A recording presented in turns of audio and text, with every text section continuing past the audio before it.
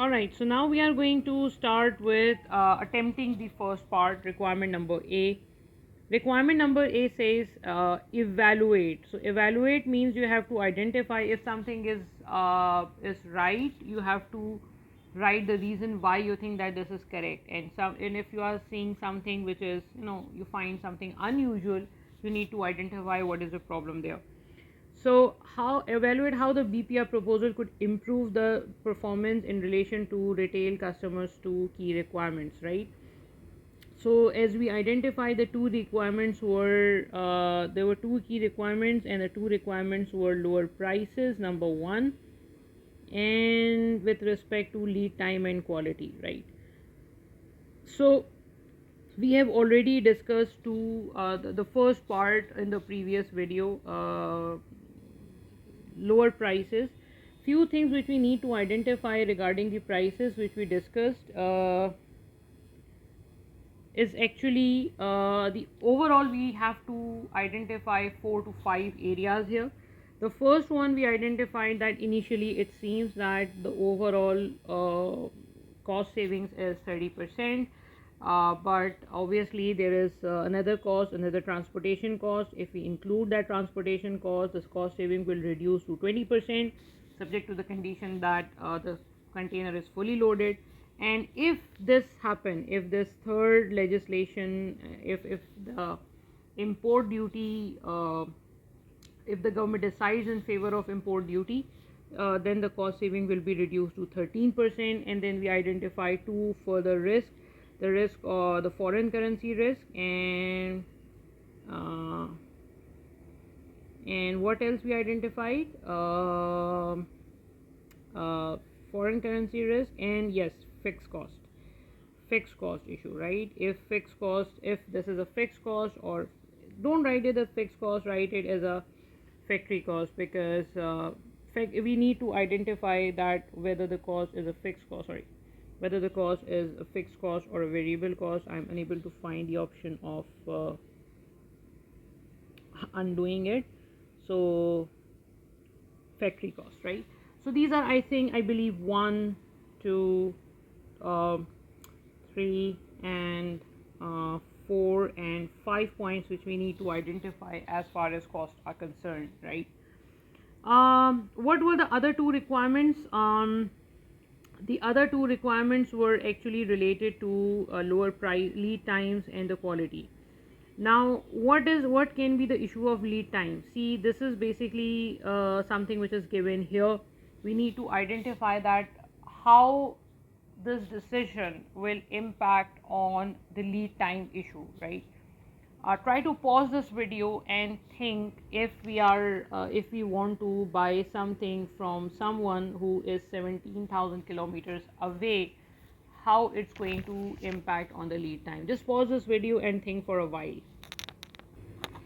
Alright, so see, the first and most obvious thing is that if we are manufacturing the product, let me try to write it here. If we are manufacturing the product, then definitely we are in a position to control the manufacturing. We can manufacture it at a faster pace, we can manufacture it at a slower pace. We things are under our control, right? So lead time obviously will not be an issue in this case. But if we are outsourcing it, then definitely, and we are depending on a supplier who is in the another country, then definitely it may take longer time.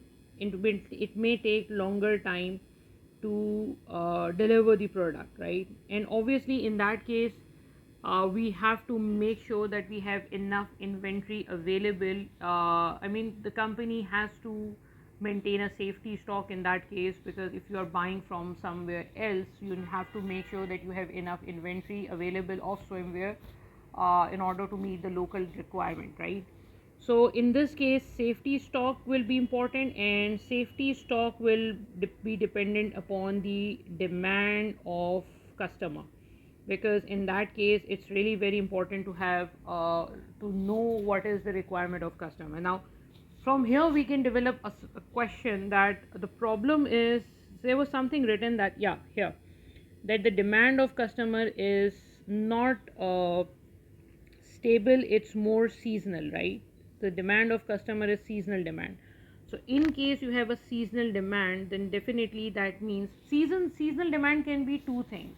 Seasonal demand means that you may have very low demands and you may have very high demands depending upon where you are actually working, in which part of the year you are actually working.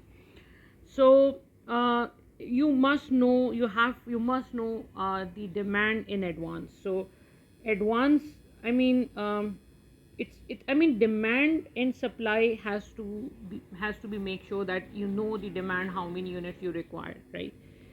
And there's one more thing. If we order more, because if we are maintaining more safety stock in order to make sure that lead time can be, in order to make sure that we are in a position to supply customer the goods as they require, then definitely it will increase the cost of inventory. Not cost of inventory, the holding cost of inventory, because you have to holding cost of inventory, because um, now you are buying it now if you're buying it full container, and then definitely that means that will increase the inventory cost.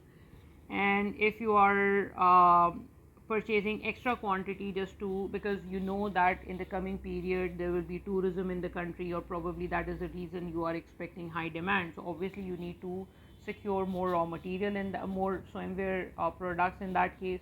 So that will increase the holding cost of the inventory, so that can be a problem here, right?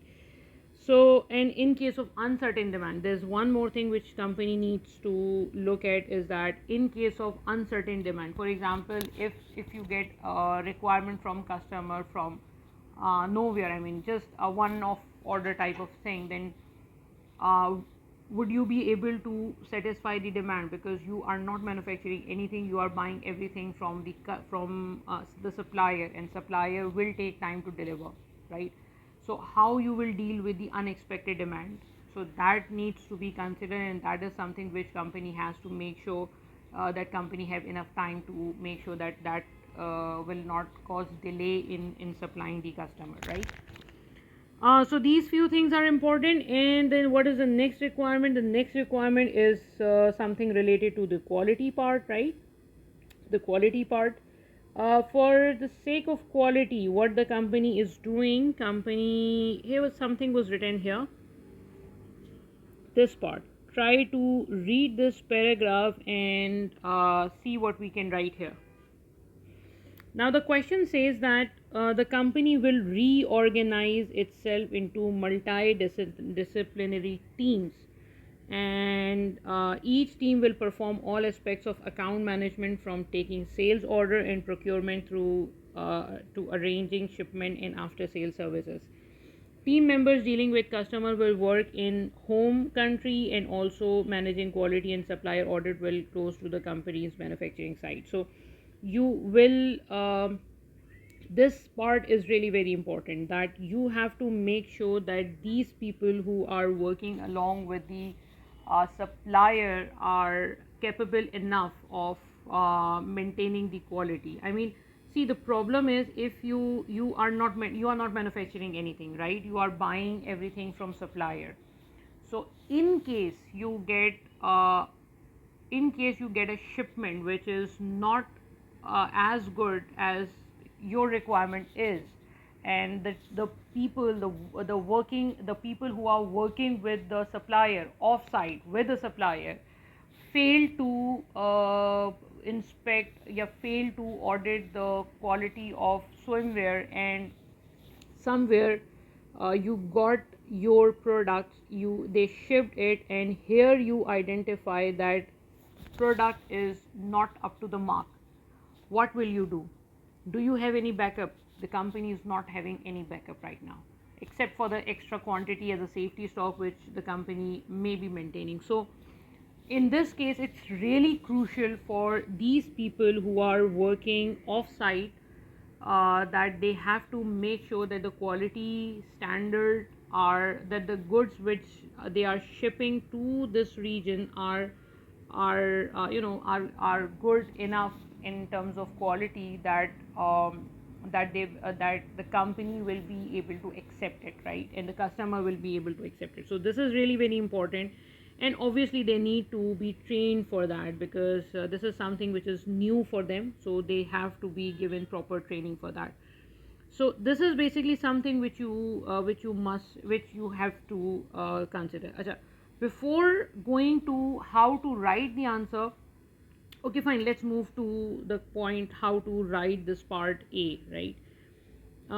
Suggested, I have written a suggested solution, and I will show you another version of the same solution. See, since I always say that whenever the company is introducing something, if the company is introducing something, it's always advisable for students to write with the introduction. Like for example, the company is not doing BPR, so you may start with the introduction of BPR definition, that what is the definition of business process reengineering, because that will help you to get at least one or two marks probably. So what we do is, there are two type of students. I am just discussing the first type of student.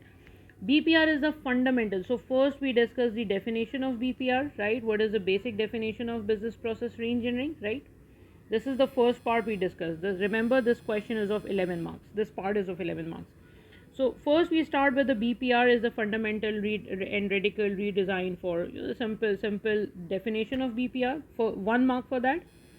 1 mark is to connect it with the company, right? That how this BPR is related to Jolt, because if you are writing anything which is too generic or which is the general concept, then probably you will end up in getting 0 marks for that, because examiner usually do not appreciate students writing the generalized answer. So this part is really very important, to connect BPR with the company, that why you think this is important. For Jolt, the BPR proposal aims to meet. Now what the BPR is supposed to be for Jolt? For Jolt, it is to meet the retailer's demand for lower prices and the requirement to meet performance target relating to lead time and quality. Just the copy paste version of what is given in the question, in order to show examiner that look, you know what you are going to write. All right, now then we started with this part. There are 3 areas on the basis of which performance of this proposal needs to be evaluated: lower prices, quality, and lead time. Acha, before moving ahead, let me tell you a basic idea how I wrote this answer. This first part is actually related to the concept of cost, right? You may pause this video and read it. This is just the summary of what we discussed. This is just the written format of what we discussed, right? And this is the second part, and this is the third part. Second part is related to lead time, third part is related to quality, and the first part is related to cost. So there are few students who usually write their answer in this manner, right? But the problem is that consider yourself to be in the examiner's position. This is scary actually. I have to figure out what is written in the question, and obviously I wrote it and I had time, but for students who are in exam pressure, they write it, they just write whatever is coming to their mind. So actually it's a kind of treasure hunt for the examiner really, it really irritates the examiner. So let me give you another idea how to write the same answer. This is another suggested answer, but what I just did, I put some headings, that what is the introduction of BPR, then cost of swimwear, lead time issue, and the quality issue. So examiner actually know that where examiner may find what, right? So it's an advisable thing to put headings, because headings will make it more clear, right? Will let the examiner, it's more, the professional marks which are for communication, for clarity, this is basically something which is associated with that, right?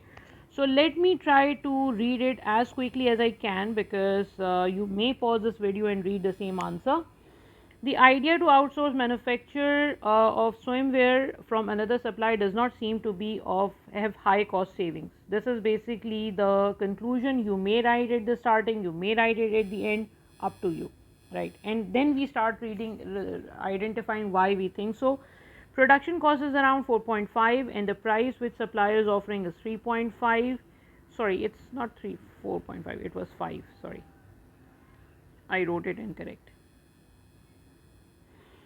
So that the difference is only 1.5 per unit excluding the transportation cost, right? Simple, clear English.